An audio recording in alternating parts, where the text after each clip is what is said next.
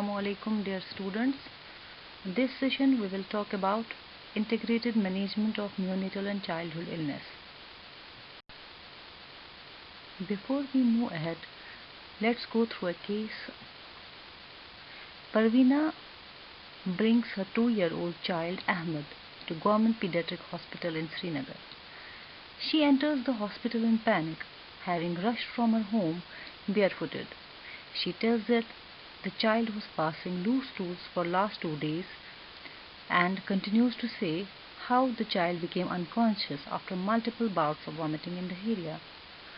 Fortunately, staff at the facility were able to resuscitate Ahmed. As soon as he arrives in the triage area, the nurses quickly assess him and ensure that he gets urgent treatment. This rapid treatment enables him to make a full recovery. For Parveena, her ordeal is over as she learns that the child has survived. Sadly, there are many children who are not so fortunate. Diarrhea is one of the 2 major causes of childhood death in India, which necessitates urgent provision of fluids to save life.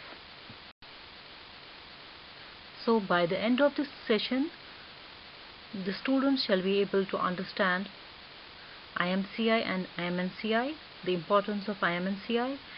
You'll be able to describe the components of IMNCI, the case management process, integrated case management process in IMNCI, what are the various color coding that are used under this IMNCI, and briefly about some treatment charts that are used in the case management of illnesses that happen in neonatal period and childhood phase.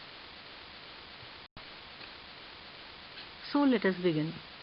Integrated management of neonatal and childhood illness. It is an extension of WHO and UNICEF initiative of integrated management of childhood illness, which was started way back in mid-1990s. And the main aim of this initiative is to reduce the childhood mortality as well as morbidity and improve the care that is provided, actually the quality of care that is being provided to children in the age group of less than 5 years. Here we can see the state of the world's children. This is a pie diagram that shows the causes of death among children under 5 years of age. As you can see that around 43% of deaths that occur in less than 5 years of age happen during the neonatal period. And overall, we can see that most common causes of death that occur during under 5 years of age are the preventable causes of death like pneumonia, diarrhea, measles, and areas where malaria is endemic. Malaria contributes heavily towards the childhood mortality. Similarly, areas where HIV and AIDS epidemic is occurring, their HIV and AIDS contributes to the childhood death. It's very important to understand here that the childhood mortality often is not due to a single cause. There are combination of causes that contribute to childhood mortality. Like a child may be who suffers from pneumonia may have an underlying malnutrition, or there may be a child who may have a episode of measles, but at the same time he may be having diarrhea.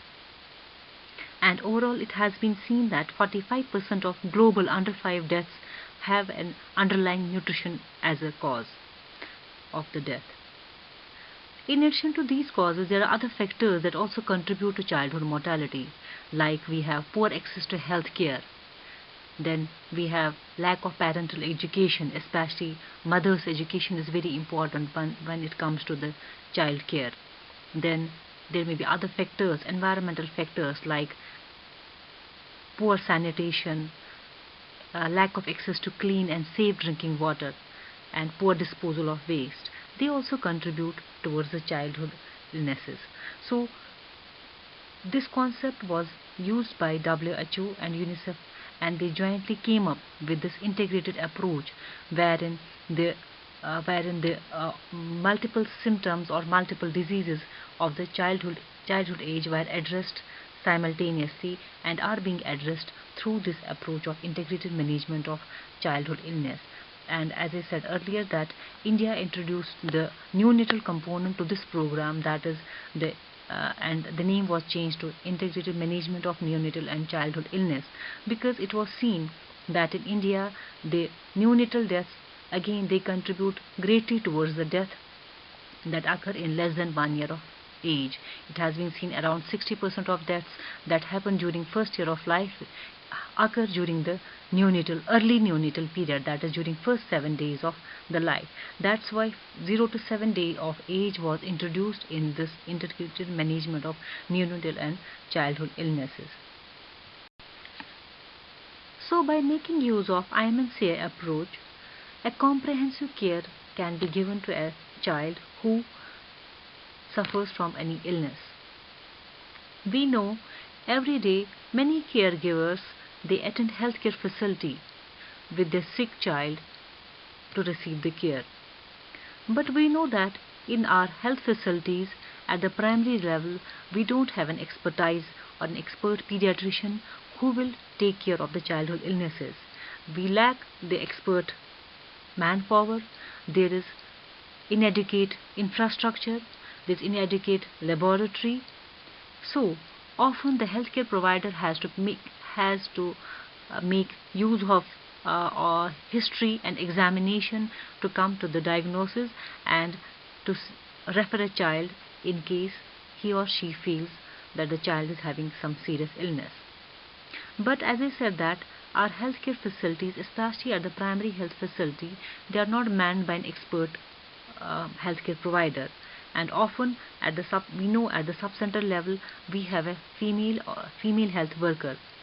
So it's very important that if a sick child is brought to a female health worker, she should be able to identify the illness in the child, identify the serious symptoms in the child, and she should be able to decide when to refer the child to the next higher facility.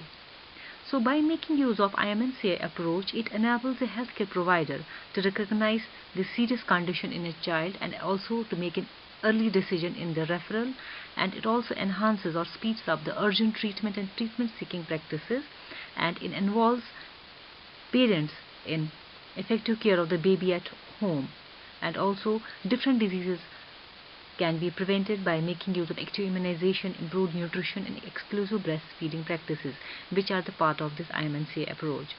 So again, let me give you an example. See, for example, if a mother comes to a health facility with a child and tells a health worker that her child is suffering from diarrhea, so the health worker will try to treat the diarrhea, but she may miss some other sign or some other symptom that may be present in the child simultaneously. Maybe the child may be having fever also, or the child may not be feeding well, or the child may be having malnutrition. So she will be more concerned or more focusing on the diarrhea as a symptom. So by making use of this IMNCI approach, it enables or guides the healthcare provider to make a use of different color-coded charts and identify and look for all illnesses in a child and provide the accurate and correct treatment, and also guides the health worker when in which type of symptoms or when in which type of sign or symptom she has to refer the child to the next facility, and also gives instruction to the mother about the home care and when to come for the follow-up or when to refer to the higher facility. So IMNCI is a target-based approach covering common causes of infant and childhood mortality in India, and it has also included the age group of 0 to 7 days, and under this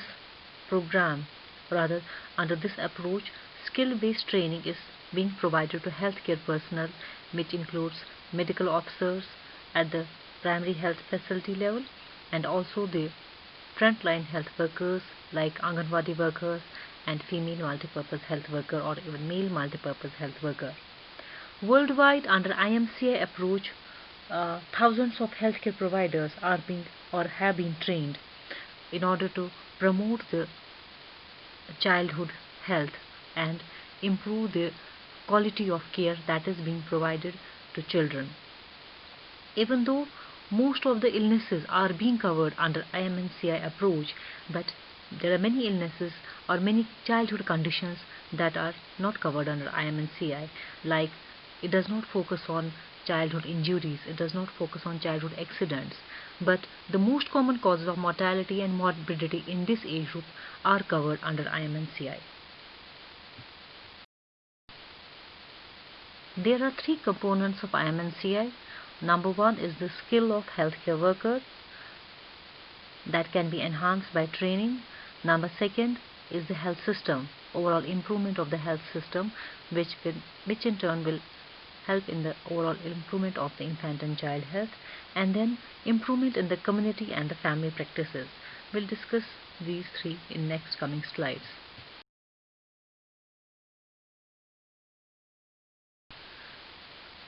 Under IMNCI, skill-based training is being imparted to the healthcare workers at the primary or grassroots level.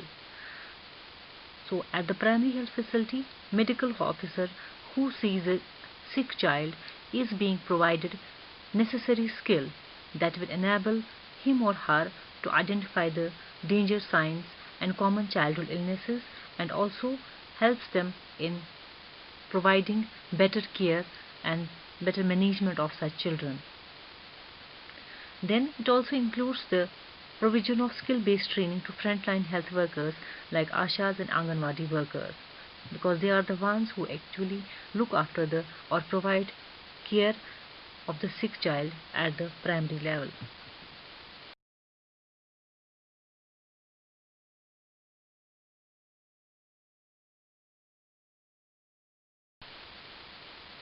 Then health system improvement.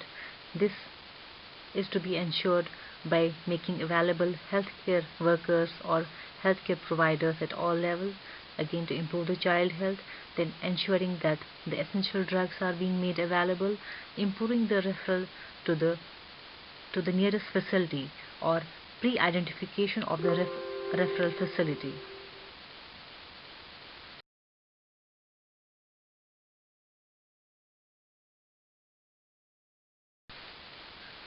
And finally, the very important component of IMNCI is to improve the family as well as the community practices. It ensures or enables the healthcare workers to enhance the skill of the mother so that she is able to look after the health of the child by promoting very important behavior, the healthy behaviors in the mother, like feeding of the child, breastfeeding, exclusive breastfeeding of the child, then appropriate and timely introduction of the complementary feed with the food that will provide the quality nutrition to the growing child, and then training or counseling the mother how to recognize the illness in the child and also when to seek early care. Now let us see how are childhood illnesses addressed under IMNCI. So we have an integrated case management process which includes 5 important steps. So it begins with the assessment, number second is to classify, number third is treatment, number 4 is counseling, and number 5 is follow-up care. So let's go through each of these 5 steps one by one. So the first step in the case management process, integrated case management process, is to assess the child illness. Now, to assess the child illness, we have to make use of 3 terms. Number 1 is to look, number 2 is to listen, and number 3 is to feel. Now, what to look for? We look for the signs in a child, in a sick child. Then we try to listen for the signs of illness. Number 3, we try to feel for some symptom or some sign. So assessment is based on look, listen, and feel. Number 2 is once we are done with the assessment part, we go for the classification. So we classify the illness of the child on the basis of the severity by making use of color-coded charts. So we have different color-coded charts. We'll come across those charts in subsequent slides. Then third component is based on the severity and color coding of the childhood illness, we try to identify the appropriate treatment for the child and start the treatment part of the child. And then at the same time we counsel the mother. We counsel the mother about the treatment part, how to give the treatment of the child at home. Then we counsel her about the danger signs that may appear afterwards, and we give counseling about the feeding of the child, about the home care, and very important, when to return for the follow-up. Then the final part of the case management process is the follow-up care. That is, once the child comes for the follow-up, we have to go for the follow-up care, wherein we look for the symptoms, initial symptoms with which the child had come in the first visit. We try to look for those symptoms, whether they are still there or whether they have subsided or they have increased. And that's we go for the examination of the child. So in the first step, that is assess the child, it's very important to keep in mind that in the assessment of the child under IMNCI, we have to assess all the children. That means every child, irrespective of the nature of the sign or the symptom, we have to assess the child for main symptom, for danger signs, and for some other signs. So we have to assess the child for the main symptoms, for the danger signs, and for other signs. Now what can be the main symptom? That means the child may have been brought by the mother or the caregiver with the symptom of the child may have cough or difficulty in breathing, then diarrhea, fever or ear problem. So we have to look for these main symptoms, and then we have to look for the signs. It's not we don't have to wait for the mother to talk about those signs, but it's the responsibility of the healthcare provider, or in other words, the IMNCI charts itself guide the healthcare provider in making use of these signs and trying to look for the signs. So we have to look for these danger signs: convulsions, lethargy, inability to drink or breastfeed, or persistent vomiting. So we look for these signs, and then we at the same time look for other things as well. We try to look for the immunization of the child. We try to assess the nutritional status of the child from the mother.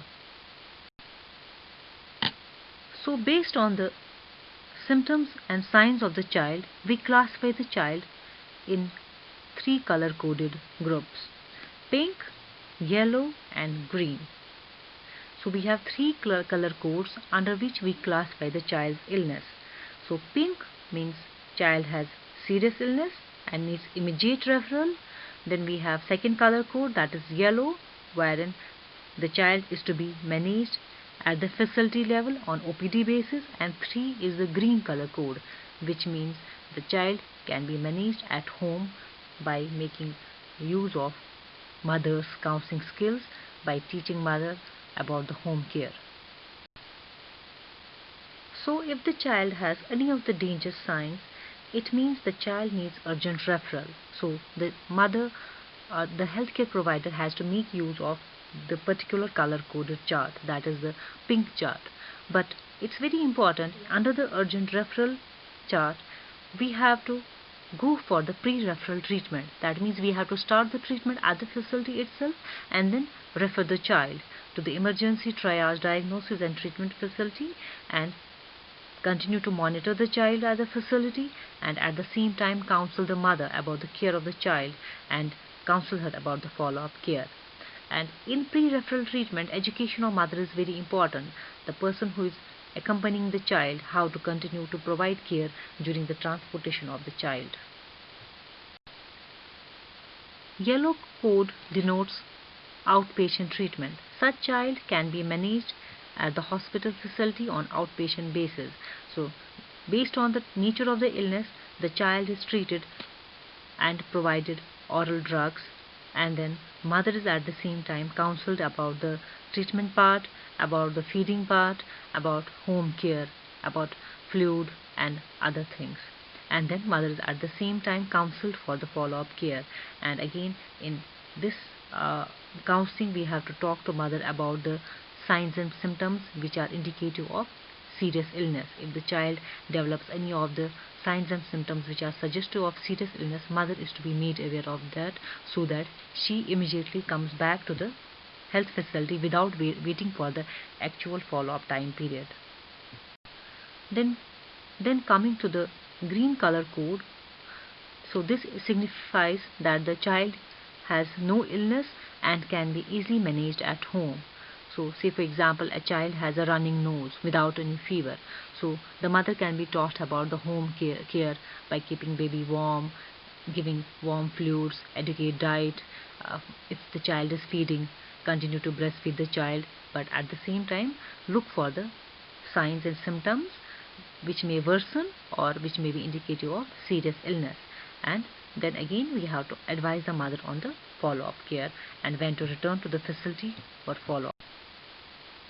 So under IMNCI we have package of service for the newborn and young infant, that's up to 2 months of age, and we have the package of service for the children from 2 months up to 5 years of age. So under IMNCI for the care of newborn and young infant we have treatment plan. We have 2 charts. Chart 1 for the assessment and classification of the sickness of the child, and then we have second chart for treatment and counseling of the child. Similarly, for the 2-month to 5-year age group, we have 3 types of charts. Chart 1 for assessment and classification of illness, chart 2 for treatment of the child, and chart 3 which refers to the counseling of the mother. However, in case of newborn and young infant, as I said, we have only 2 charts wherein we have treatment and counseling in the same chart, but for 2 months to 5 year we have separate chart wherein the instructions for counseling of the mother are given. Now let's go briefly through the management algorithm that are there for the childhood illness under IMNCI. There we have disease specific treatment charts, so we won't be discussing them in this presentation. They would be discussed once we deal with those topics separately. But here I will show you, we'll go briefly through the different treatment charts and how the charts look like.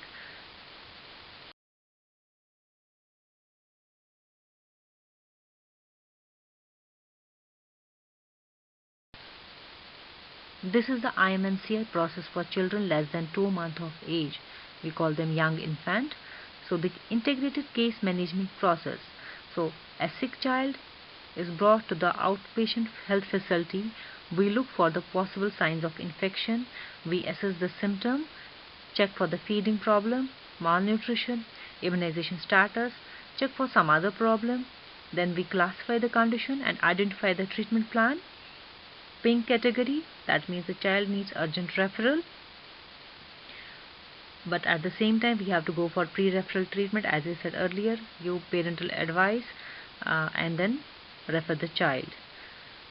And yellow, treatment at outpatient facility, again we treat the infection, give oral drugs, advise and teach caregiver, and then follow-up advice.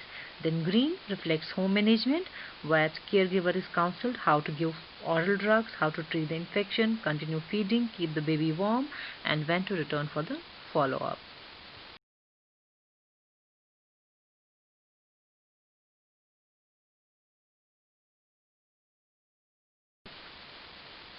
So this is the assessment and classification of sick young infant up to age 2 months. So we have assessment of the childhood illness by talking with the mother about the symptoms, and then we at the same time we make use of these 3 terms: look, listen and feel.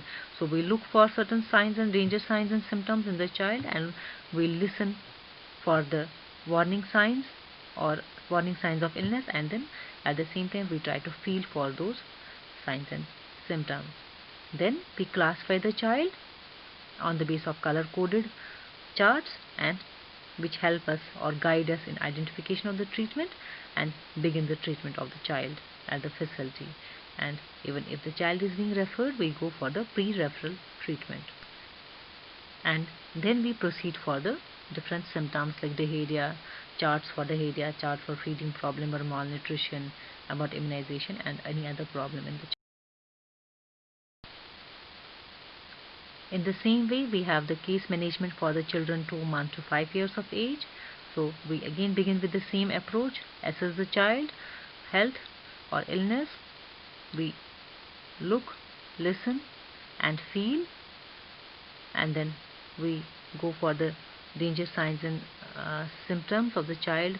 If the child is unable to drink or feed, vomit, convulse or lethargic, and assess the main symptoms like cough, fever, malnutrition, diarrhea, and then we classify the child illness, go for urgent referral, pink card, yellow for treatment at the facility on OPD basis and home treatment.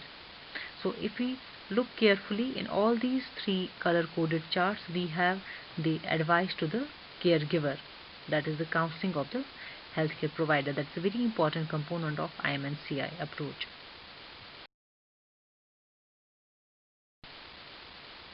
So again, here we assess the child illness, ask mother about the symptoms, look for the signs like whether the child is unconscious, and if the child is having respiratory problem, we look for the chest indrawing, we look for change in color, and we try to listen for the breath sounds, and we feel for the pulse, feel for the body temperature, classify the child illness, identify the treatment, and start the treatment plan. In IMNCI chart, we have counseling charts also, which address many family practices that play a crucial role in the child health. There are 4 key areas which are addressed in counseling charts. One is promotion of growth and development of a child.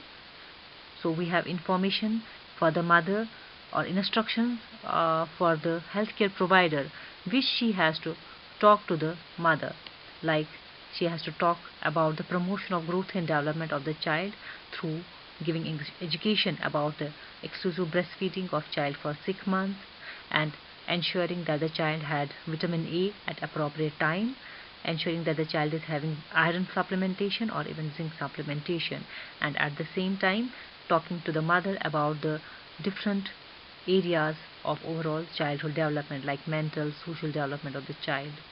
Then second component of the counseling is the disease prevention part.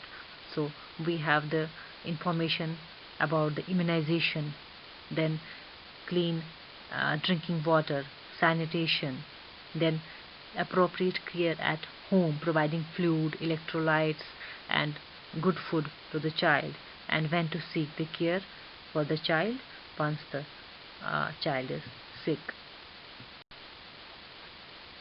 Finally, to sum up, we learned in this session about IMNCI, that is Integrated Management of Neonatal and Childhood Illness, an approach that enables a healthcare provider at a first level of health facility to identify common childhood illnesses with the help of color-coded charts, which helps or guides the healthcare worker in making an assessment of childhood illnesses in an integrated manner, and through following the assessment of the illness of the child, the illness is then color coded in 3 colors: pink, yellow and green, and these colors or color coded charts guide towards the treatment identification and also provide information to the healthcare provider about other aspects of childhood illnesses like counseling of a caregiver and about the follow-up care.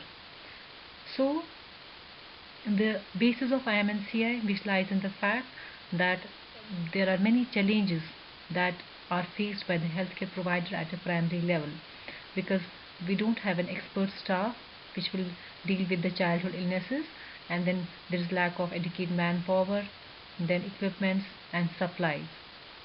So often the healthcare that is provided to the sick child may not be of a good quality. Hence, by making use of IMNCI approach, we can at least make sure that the quality care is being provided to the children at the grassroots level through this intervention.